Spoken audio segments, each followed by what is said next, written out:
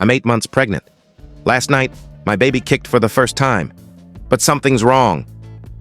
The flicker of the lights felt like a pulse, sharp and unnatural, syncing with the strange flutter in my belly. I sat frozen on the couch, one hand pressed against the curve of my stomach, waiting for another kick. My dog Rusty stood rigid at the nursery door, his low growl vibrating through the quiet house.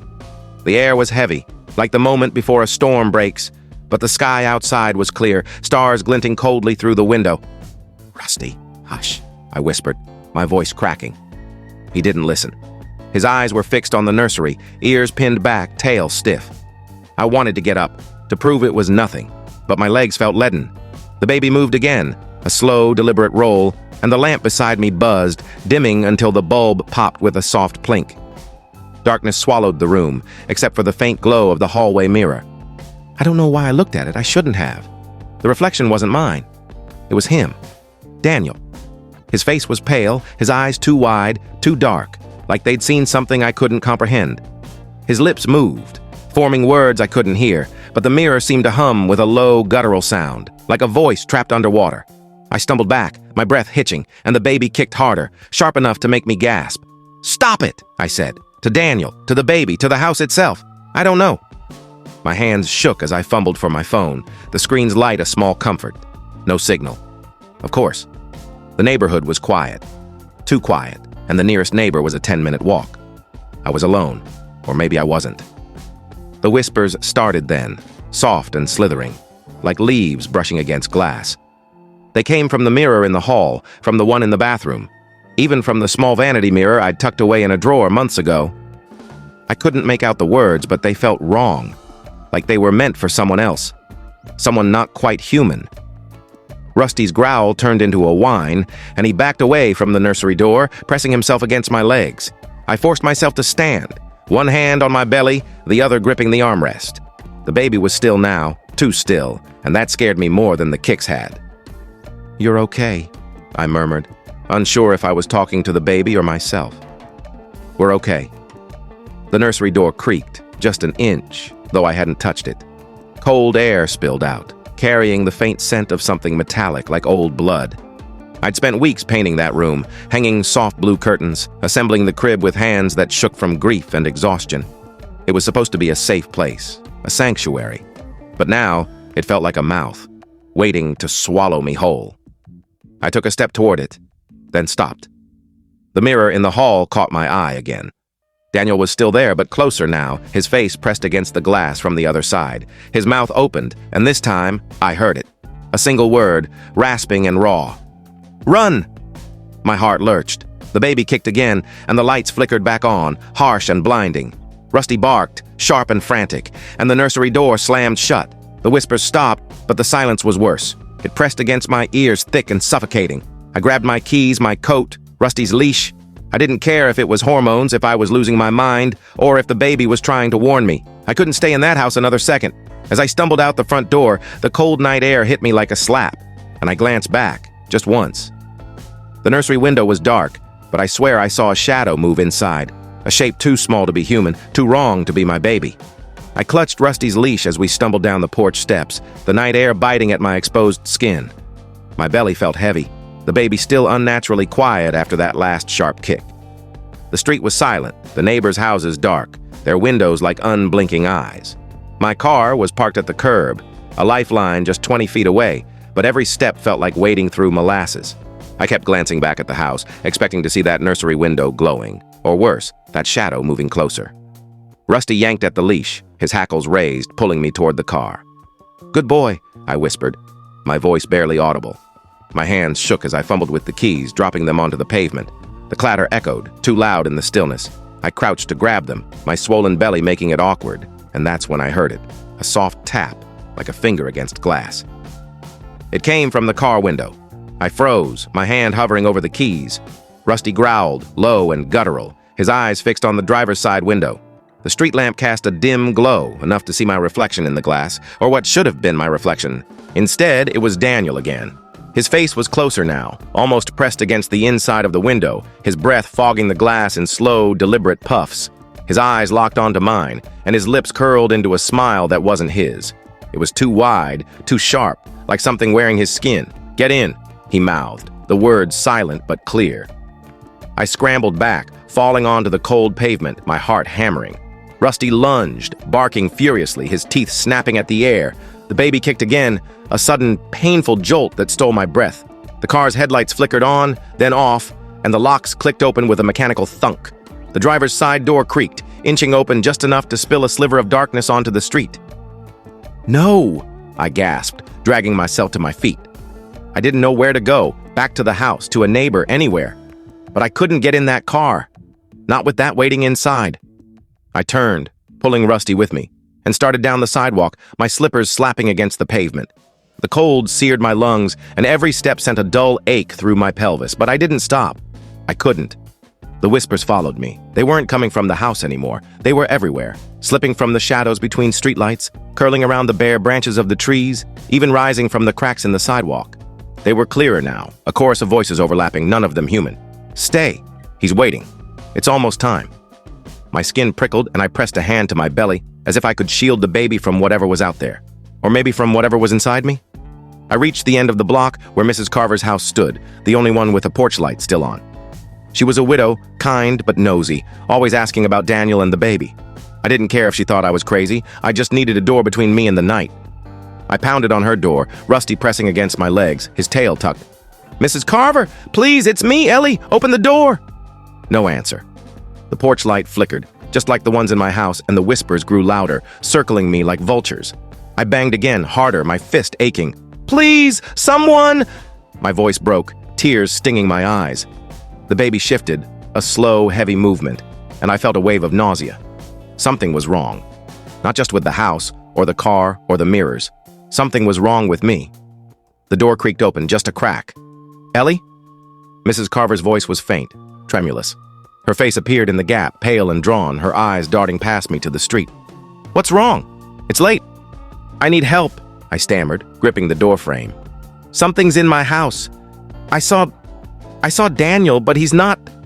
The words sounded insane, even to me, but I didn't care. "Please let me in." She hesitated, her gaze flicking to my belly, then to Rusty, who was still growling softly. "You're sure it's safe?" she asked, her voice barely a whisper. "Safe?" I stared at her, my stomach twisting. "What do you mean?" She swallowed, her bony hand tightening on the door. "I've seen things, Ellie. At night, by your house, lights in the nursery, shadows that don't move right, and your fiancé?" She stopped, her eyes widening. "He was here, you know, right after he left, knocking on my door, asking about you. But he didn't look right." My knees buckled, and I grabbed the railing to steady myself. "What do you mean, not right?" "His eyes," she whispered, leaning closer.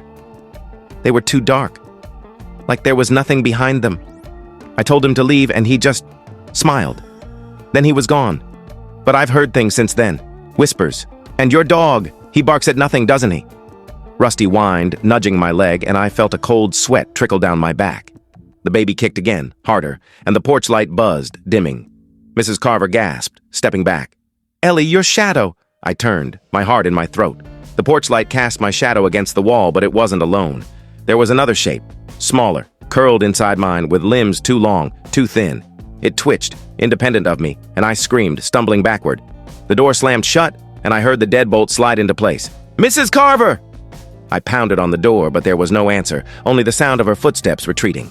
The whispers surged, louder now, and the streetlights along the block began to flicker, one by one. Rusty pulled at the leash, desperate, and I let him lead me, half running, half staggering, toward the only place left to go, the cemetery at the edge of the neighborhood. I don't know why I went there. Maybe because it was open, no doors to lock me out. Maybe because it was quiet, a place where the living didn't linger. Or maybe because, deep down, I knew Daniel wasn't coming back, not as the man I loved. The iron gates loomed ahead, rusted and ajar, and I slipped through, Rusty panting beside me. The gravestones were pale under the moonlight, their shadows sharp and still. I collapsed onto a bench, my ragged breaths the only sound. The baby was still again, and I pressed both hands to my belly, tears streaming down my face. "What's happening?" I whispered. "What are you?" The air shifted, colder, heavier. Rusty stiffened, his ears pricked. I followed his gaze to a grave a few yards away, one I hadn't noticed before. The headstone was new, the earth freshly turned, but the name carved into it made my blood freeze. Eleanor Grayson, beloved daughter, mother-to-be. My scream caught in my throat. The whispers returned, louder now, and they weren't whispers anymore. They were laughter, low and cruel. The ground beneath me trembled, and the baby kicked, a violent twisting motion that felt like it was clawing at my insides. Rusty lunged, barking, but his leash slipped from my hand, and he vanished into the darkness between the graves. "Rusty!" I cried, struggling to stand. The laughter swelled, and I saw them. Shadows, small and wrong, crawling from the graves, their eyes glinting like mirrors. In the center stood Daniel, his face no longer his own, his smile splitting wider, revealing rows of needle-sharp teeth. "It's almost time," he said, his voice a chorus of whispers. "She's almost here." The baby kicked again, and I felt something tear inside me, a pain so sharp it drove me to my knees. The shadows closed in, and the last thing I saw was Daniel's hand reaching for me, his fingers cold as glass. The pain ripped through me, a white-hot blade twisting in my core. I collapsed onto the damp cemetery grass, clutching my belly as the shadows slithered closer, their glinting eyes like shards of broken mirrors. Daniel, or whatever wore his face, loomed over me, his needle-sharp smile splitting wider, his voice a chorus of whispers that clawed at my mind. "She's almost here." The baby writhed inside me, each movement unnatural, too strong, like it was tearing its way out. My vision blurred, the gravestones tilting under the moonlight. Rusty's barks echoed somewhere in the distance, frantic but fading. I wanted to scream, to run, but my body betrayed me, pinning me to the earth beside the headstone carved with my name, Eleanor Grayson, beloved daughter, mother-to-be. The shadows hissed, their forms shifting, small and wrong, their limbs too long, their faces blank except for those reflective eyes. They circled me, their laughter a low, guttural hum that vibrated in my bones. Daniel knelt beside me, his cold fingers brushing my cheek, leaving a trail of frost. "You were always so strong, Ellie," he said, his voice almost tender, but laced with something ancient, hungry. "That's why she chose you." "Who?" I gasped, my breath shallow, the pain in my belly pulsing with every heartbeat. "What's inside me?" He tilted his head, his eyes black voids now, swallowing the moonlight. "Not a what, a who.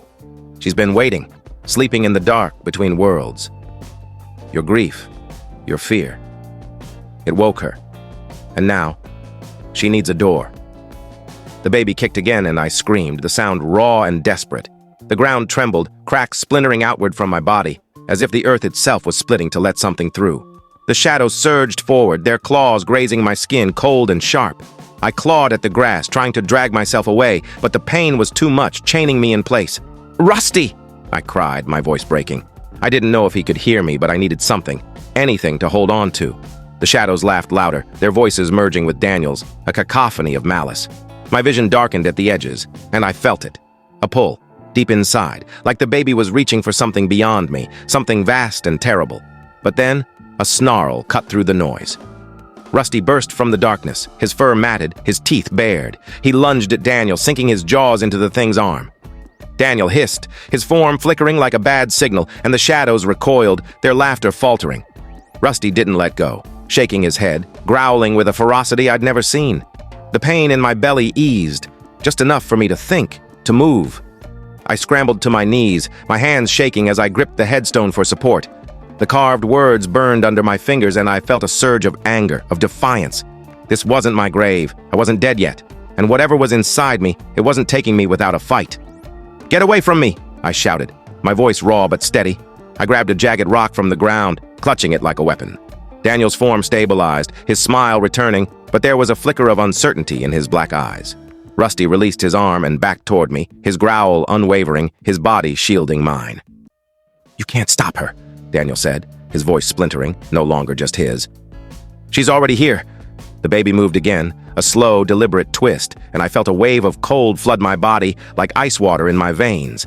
The whispers returned, louder, chanting words I couldn't understand but felt in my soul. Ancient, cruel, final.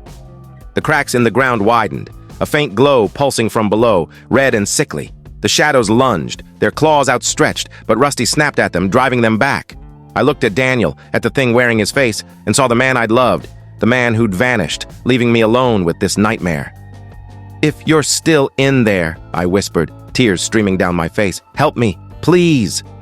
For a moment his smile faltered, His eyes flickered, a hint of blue breaking through the black, and his hand twitched as if reaching for me. But then the glow from the cracks flared, and he screamed, a sound that wasn't human, wasn't anything, tearing through the night like a siren. The shadows swarmed him, their forms melting into his, and he collapsed, his body dissolving into a pool of writhing darkness. The baby kicked, and the pain returned, worse than before. I dropped the rock, my hands flying to my belly. The ground shook, the glow brightening, and I knew I was out of time. Whatever was inside me was coming, and I couldn't stop it, but I could choose where it happened. "Rusty!" I gasped, grabbing his collar. "Come on!" I staggered to my feet, leaning on him as we stumbled through the cemetery, away from the glowing cracks, away from my grave. The whispers chased us, the shadows snapping at our heels, but I kept moving, one step, then another, until we reached the iron gates. Beyond them, the neighborhood was dark, the streetlights dead. But I saw a faint glow in the distance, a car's headlights maybe, or a porch light. Someone was out there, someone human. I pushed through the gates, Rusty at my side, and the whispers faded, the shadows hesitating at the boundary. The pain doubled me over, and I felt a gush of warmth between my legs. My water had broken. "No," I whispered, panic clawing at me. "Not now!" But the baby didn't care. Another contraction hit, and I sank to my knees on the sidewalk, Rusty whining, nudging my face. I looked back at the cemetery. The glow was gone, the shadows still, but I felt it, her, inside me, waiting. She wasn't just a baby anymore. She was something else, something old, and she'd chosen me to bring her into the world. But I wasn't her servant. I was her mother. "I'm not letting you win," I said, my voice trembling but fierce. I pressed my hands to my belly, feeling the baby's movements, and made a choice. "If you're coming out on my terms." I crawled toward the distant light, Rusty by my side, each inch a battle. The contractions came faster, the pain blinding, but I kept going, fueled by something deeper than fear, love maybe, or stubbornness. The light grew closer, and I saw it was a car, parked at the edge of the neighborhood. A figure stepped out, a woman's silhouette, her voice calling, "Hello? Is someone there? Help!" I screamed, my voice cracking. The woman ran toward me, her face coming into focus. Mrs. Carver, her eyes wide with fear but determined. "Ellie? Oh God, what's happened?" "The baby," I gasped, gripping her arm. "It's coming, now!" She helped me to her car, Rusty jumping into the back seat. The shadows didn't follow, but I felt their eyes, watching from the dark. Mrs. Carver drove, her hands shaking, muttering prayers under her breath. The hospital was 10 minutes away, but it felt like an eternity. Each contraction a battle against the thing inside me. When we reached the ER, nurses swarmed, their voices calm but urgent. They wheeled me into a room, lights harsh and sterile, and I clung to Rusty's fur, his warmth grounding me. The doctor, a woman with kind eyes, said, "You're almost there, Ellie. Just push." I did, with everything I had, screaming through the pain, the fear, the grief. I pushed against the whispers, the shadows, the thing that had taken Daniel. And then, with one final, tearing effort, she was out. The room went silent.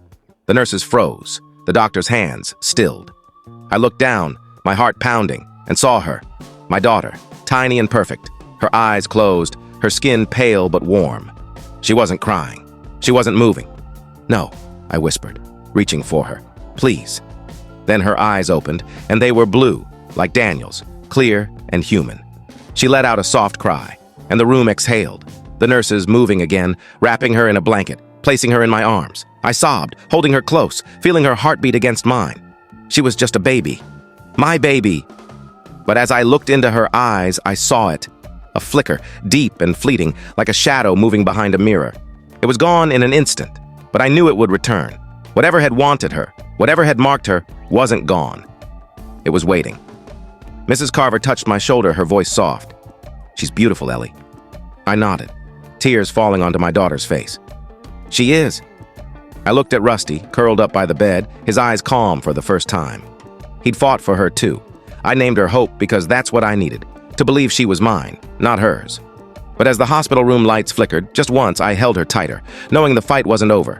The shadows would come again, and I'd be ready.